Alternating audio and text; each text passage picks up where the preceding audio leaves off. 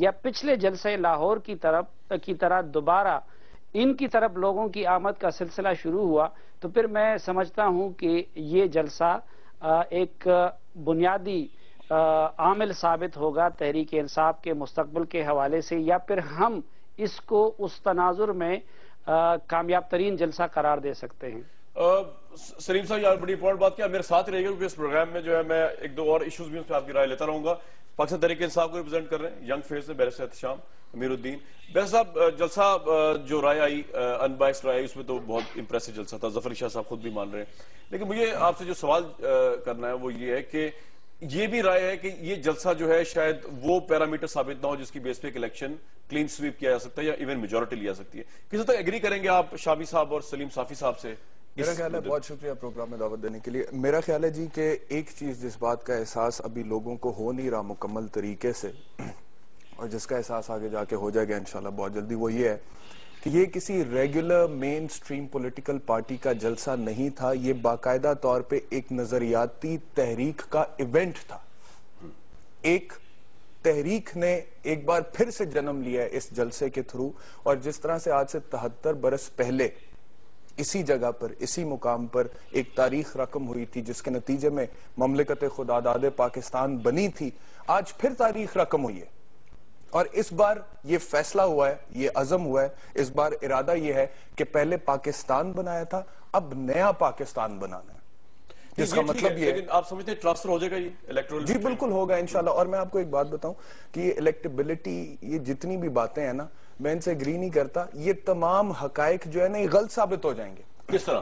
کس بیس؟ آپ دیکھیے گا یہ جو تحریک چلی ہے، اب یہ جو سونامی آئی ہے، اس میں لوگ جوک در جوک شامل ہوئے ہیں نا، آپ نے دیکھا نا 30 اکتوبر کے بعد یہ پچھلے سے بڑا جلسہ اربن ایریاز تک تو آپ کا انالیسس جو بہت ویلڈ ہو سکتا ہے، لیکن یہ جو دیہات کے لوگ ہیں جہاں پر بیسکلی ابھی بھی ہم نے جب دیکھا جا کے تو الیکٹیبلز ہی کی سیاست چلتی ہے، اور وہاں پر جو ہے وہ ووٹ انہی کا کاؤنٹ کیا تھا، وہاں تک جو ہے آپ سمجھتے ہیں ریچ ہوئی ہے؟ جی بالکل ہوئی ہے۔ میں آپ کو بتاؤں کہ اس میں آپ کا بہت بڑا کردار ہے، میڈیا کا بہت بڑا کردار ہے۔ جہاں جہاں ٹیلی ویژن ہے، جہاں جہاں کیبل ہے، جہاں جہاں نیوز چینلز آ رہے ہیں، چاہے وہ دیہات میں، میرے رورل کنسٹیچوئنسی ہے، 250 سے اوپر دیہات ہے میرے حلقے میں، ہر گاؤں میں کیبل ہے، ہر گاؤں میں آپ کے پروگرامز دیکھے جاتے ہیں، اور وہاں پہ لوگ فیصلہ کر لیا انہوں نے، نظریے سے وہ کمیٹڈ ہیں، نظریے سے کمیٹڈ ہوں گے۔ ہمارے ساتھ اگر فیصل سبزواری صاحب موجود ہیں تو ایک اور بڑا اہم ایشو ہے، لیکن ان سے آج کی جلسے میں بات کر سکتے ہیں۔ فیصل صاحب کو میری آواز آ رہی ہے؟ جی مجھے آپ کیا فیصل صاحب، آپ کو میں نے obviously پوچھ رہا تو جو مین ایشو ہے آج بہت امپورٹنٹ ڈیولپمنٹ ہو گئی کہ الطاف حسین صاحب نے عدم اعتماد کا اظہار کر دیا، اگر یہ لمیٹیشن واپس نہیں ہوتی، انڈو نہیں ہوتی، اس میں تو میں بات کروں گا، لیکن کیونکہ آپ کی جو جماعت ہے وہ اس لحاظ سے بہت معروف اور مشہور ہے کہ جلسے آپ بہت بڑے بڑے کرتے ہیں، اور آپ نے کیے بھی ہیں، کراچی میں کیے ہیں اور جگہوں پہ بھی کیے ہیں۔ الطاف حسین صاحب بھی مجھے یاد ہے میدان پاکستان میں جلسے میں تشریف لائے تھے، تو مجھے یہ بتائیے کہ اگر عمران خان صاحب کے جلسے میں آپ کی رائے لوں، آپ بھی اسی فرٹرنیٹی کے ہیں، جلسوں کی سیاست کو دیکھتے ہوئے آپ کی اپنی کیا ایک ان بائس رائے ہو سکتی ہے فیصل صاحب کہ جلسہ جو ہے کتنا بڑا امپیکٹ لے کے آ سکتا ہے پاکستانی سیاست میں، اور جو کلیم کیے تھے عمران صاحب نے اس جلسے کے حوالے سے؟ میں اپنی ذاتی ایک سیاسی کارکن کی حیثیت سے ضرور رائے دے سکوں گا۔ جی، میرے خیال میں اگر جلسے سے کوئی امپیکٹ آتا ہے تو عمران خان صاحب کا جو گزشتہ برس کا جلسہ تھا، 30 اکتوبر کا جو ان کا جلسہ تھا لاہور والا، اس سے آیا تھا امپیکٹ، اور لوگ پھر ان کی پارٹی میں آنا شروع ہوئے، اور پھر انہوں نے جلسے وغیرہ کیے۔ آج کا جو جلسہ ہے میں تو اس کو کاؤنٹ کروں گا وہ کنٹینیویشن انہی جلسوں کی اور ان کی کیمپین کی۔ Again it was a big جلسہ، بگ شو، اور لیکن بہرحال دیکھنا وہی ہے جو آپ کی بات ہے۔ ایک تگدو ہم نے بھی کی، بہت آئیڈیالوجی کی بنیاد کے اوپر، ریزن کی بنیاد کے اوپر، اس ملک میں ہیو اور ہیو ناٹ کی جو مسئلہ ہے، جو ایکسپلائٹیشن ہے، اس کو ابھار کے رورل کانسٹیٹوئنسیز تک، اور جو ہماری نہیں ہیں اپنی سیٹیں وہاں تک پہنچنے کی، تو ہمیں تو ابھی تک اتنی کامیابی الیکٹورل معنوں میں حاصل نہیں ہو سکی۔ لوگ اپریشیٹ کرتے ہیں، لوگ ریسپیکٹ کرتے ہیں، لیکن جب ووٹ کا دن آتا ہے تو وہ دیگر فیکٹرز ابھی تک تو ہم دیکھتے آئے ہیں۔ اس الیکشن میں بہرحال ہم بھی پورے امید ہیں کہ کیا ہوگا، تو وہی چیز یقیناً میرے خیال میں اس جلسے کے حوالے سے تمام جو دوست ہیں وہ ان کی طرف دیکھ رہے ہیں کہ آیا they would be able to translate into ballot or not۔ Right, Faiz sahab ہمارے ساتھ موجود رہیں گے اور ان کو جس اہم ترین ایشو میں نے بلایا اور باقی پینلسٹ کو بھی ویوز وہ یہی ہے کہ ایک تو نگران پرائم منسٹر کا جو آج بھی تعین نہیں ہو سکا، عجیب سی کنٹروورسی تھی.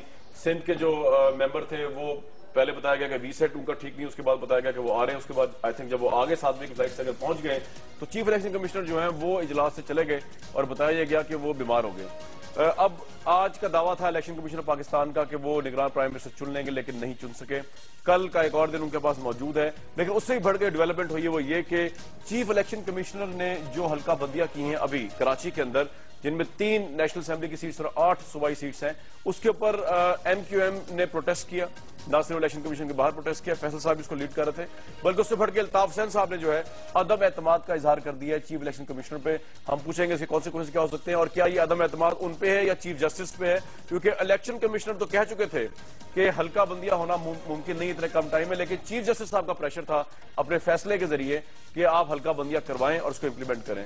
واپس آتے ہیں اسی اہم ایشو پہ اور عمران خان کے جلسے میں ڈسکشن جاری رہے گی اس پروگرام میں بریک کے بعد.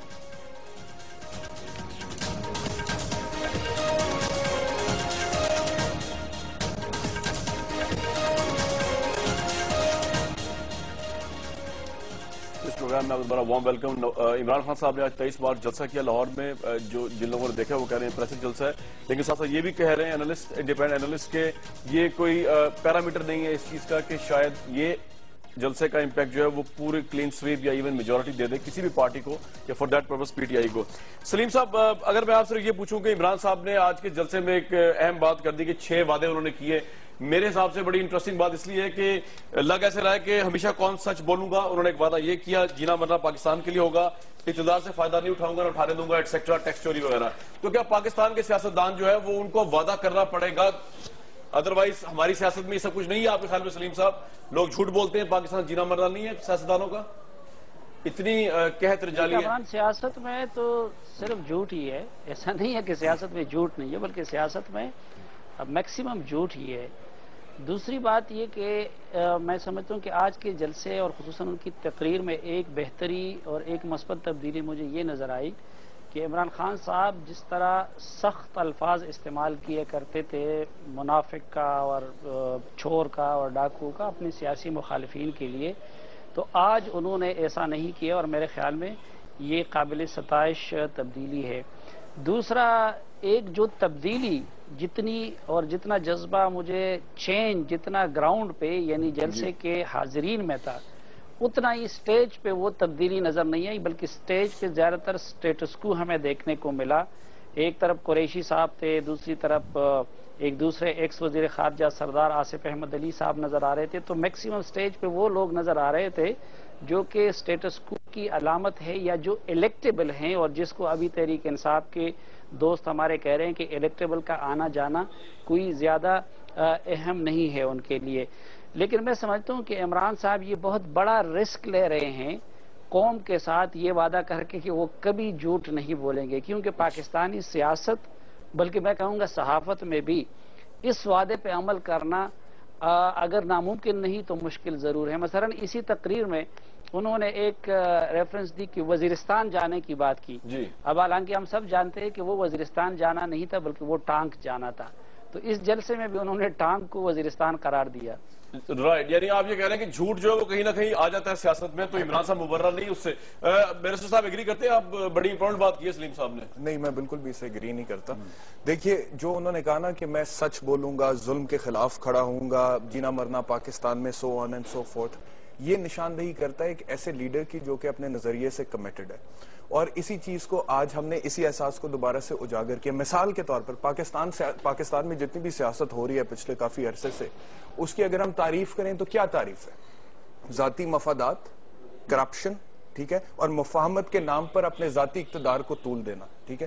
لیکن اگر ہم تاریخ اٹھا کر دیکھیں، جن لوگوں کی عمران خان صاحب نے مثالیں دی ہیں، نبی آخر زمان صلی اللہ علیہ وآلہ وسلم کی انہوں نے مثال دی، انہوں نے بھی جب سیاست کی، حکمرانی کی تو نظریے کی. اور وہ ایسی سیاست تھی کہ اس نظریے سے سیاست کرنے سے عرب سے جہالت مٹ گئی. تو یہ کریں گے عمران صاحب؟ جی کریں گے. اسی طرح میں آپ کو ایک مثال دے رہا ہوں. حضرت ابو بکر نے سیاست کی حب حق میں گھر کو بلا دیا. وہ تو پوائنٹ آ گیا. حضرت علی، حضرت حسین.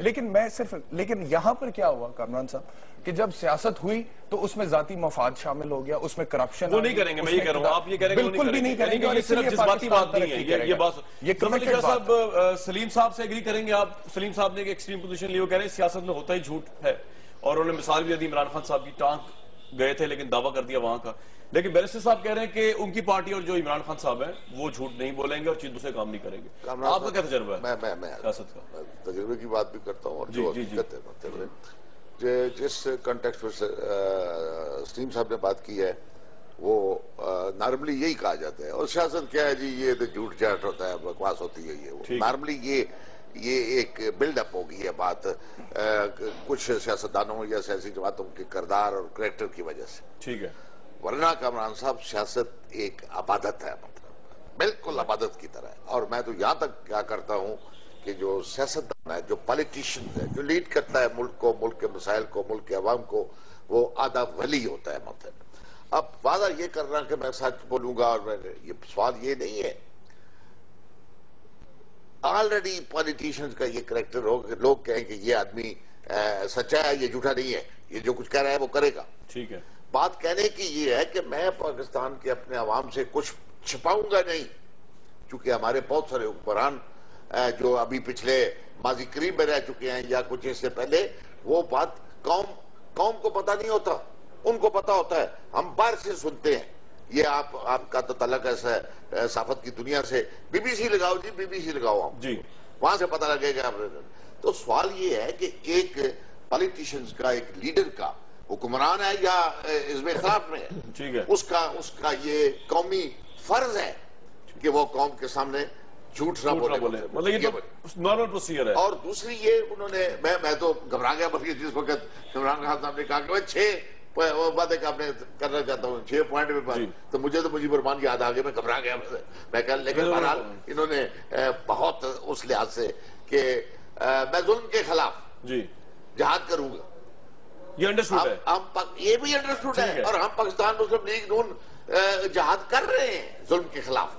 یہ یہاں لیکن ایک فرق ہے، دیکھیے عمران خان اپنا مجھے کراچی جانا ہے. صرف ایک سیکنڈ، میں یہ کہہ رہا ہوں کہ میں نے کہا آپ دور میں رہے. میں یہ کہہ رہا ہوں کہ ظلم کے خلاف کھڑے ہوں گے، سچ بولیں گے. یہ نعرے تو سب کے پاس ہیں. ہم کہہ رہے ہیں کہ ہمارے کال اور فیل میں تضاد نہیں ہے. پارٹی میں بھی ایسی ہے، ہمارے کال و فیل میں تضاد نہیں ہے. میری بات سنیں، میں نعرے کی بات نہیں کر رہا. میں تو یہ کر رہا ہوں کہ ہم آلریڈی یہ کر رہے ہیں. ٹھیک ہے. اس میں فیصل صاحب بڑی اہم ترین ڈیولپمنٹ آج ہوئی ہے کہ الطاف حسین صاحب نے عدم اعتماد کا اظہار کر دیا. پہلے تو بتائی دیجئے کہ کیا یہ جو 3 سیٹیں ہیں ان کی وجہ سے ہوا؟ 3 نیشنل اسمبلی کی سیٹیں جن میں میجورٹی ایم کیو ایم کی ہے اور 8 پروونشل سیٹس. جی فیصل صاحب. کامن بھائی دیکھیں، واقعہ تو یہی ہے، لیکن اس کے پیچھے یہ بات ہے کہ ایک طرف سپریم کورٹ نے یہ کہا اپنے فیصلے میں کہ جناب حلقہ بندیاں بھی جہاں ضرورت ہے وہاں پر کی جانی چاہیے آئین اور قانون کے تحت. اور ہماری دانش میں بھی یہی ہے کہ آئین اور قانون یہی بتلاتا ہے کہ جب مردم شماری ہو تو اس کے بعد ملک بھر میں حلقہ بندیاں ہوں. اور جب بھی نئی حلقہ بندیاں ہوتی ہیں، آپ سب کے علم میں ہے کہ اس میں پبلک ہیئرنگ ہوتی ہے، لوگوں کو سنا جاتا ہے اور اس کے بعد حلقہ بندیاں کی جاتی ہیں. اعتراضات کو رد بھی کیا جاتا ہے اور قبول بھی کیا جاتا ہے. اور جو رول 10 ہے ڈیلیمیٹیشن ایکٹ کا، وہ بھی واضح طور پر بتاتا ہے. ساتھ ہی ساتھ میں یہ بتلاتا چلوں کہ آخری حد بندیاں جو ہوئی ہیں حلقہ بندیاں 2001 میں، اس کے بعد کوئی 300-350 اعتراضات الیکشن 2002 کے بعد الیکشن کمیشن کو موصول ہوئے. ایک کو بھی کیری نہیں کیا الیکشن کمیشن نے، اور اس کا ریزن یہ بنایا ہے کہ جناب مردم شماری نہیں ہوئی ہے.